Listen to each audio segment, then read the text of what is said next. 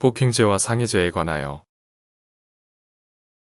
우리가 일상생활에서 사람들과 어울려 살아가다 보면 잦은 다툼이 일어나게 마련입니다. 물론 대화로 해결하는 것이 가장 현명하지만 때로는 의도적이든 의도하지 않았든 다툼이 몸싸움으로까지 번지는 일이 생기기도 합니다.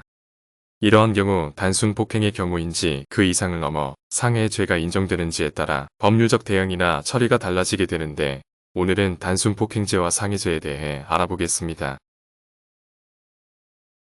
폭행과 상해의 구별.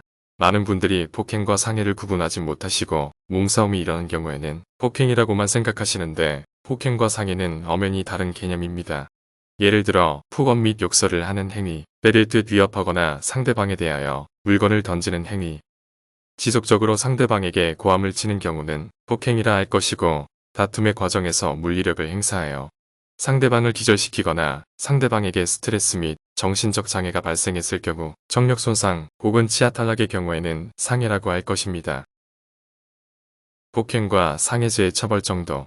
상대방을 폭행한 것이 인정되는 경우에는 2년 이하의 징역, 500만원 이하의 벌금, 구류 또는 과를 처해지고 고의로 누군가의 신체에 대해 상해를 입혀 상해 혐의가 인정될 경우에는 7년 이하의 징역, 10년 이하의 자격정지, 1천만원 이하의 벌금형에 처하게 됩니다. 여기에서 보는 바와 같이 폭행에 비하여 상해는 처벌 수위가 매우 높다고 할 수 있습니다. 합의의 필요성. 많은 분들이 폭행이나 상해 사건이 일어나면 합의를 하면 처벌을 받지 않는 것이 아닌가라고 생각하시는 경우가 많은데 그렇지 않습니다. 폭행의 경우에는 반의사 불벌죄이기 때문에 합의가 되는 경우에는 처벌을 받지 않습니다. 그렇지만 상해의 경우에는 합의가 된다고 하더라도 처벌을 받습니다.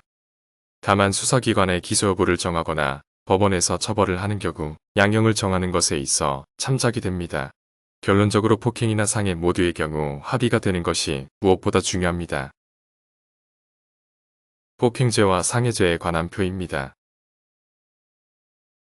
살아가면서 생각하지도 못한 상황에서 폭행이나 상해에 휘말리게 되는 경우에는 먼저 정확한 사실관계를 가지고 법률 전문가인 변호사에게 상담을 하신 뒤에 초기부터 대응을 하시는 것이 중요합니다. 또한 합의를 하는 경우 당사자끼리는 감정적인 면에서 앙금이 남아있는 경우가 대부분이기 때문에 합의 얘기까지 오고 가다 더 큰 싸움이 나는 경우도 매우 많습니다. 이러한 경우에는 변호사가 적절하게 중재를 해서 손쉽게 합의를 이끌어낼 수 있기에 재판이나 소송 진행 과정에서 변호인의 도움을 받는 것이 중요합니다.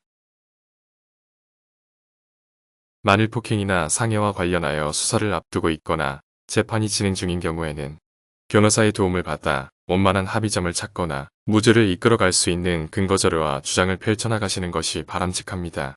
형사사건은 수사 초기부터 빠르게 대응을 해주시는 것이 이후 증거, 형량에도 영향을 미치는 만큼 중요하므로 이러한 사건에 경험이 풍부한 장원법률사무소의 김동우 변호사와 상담해 보시기를 권해드립니다.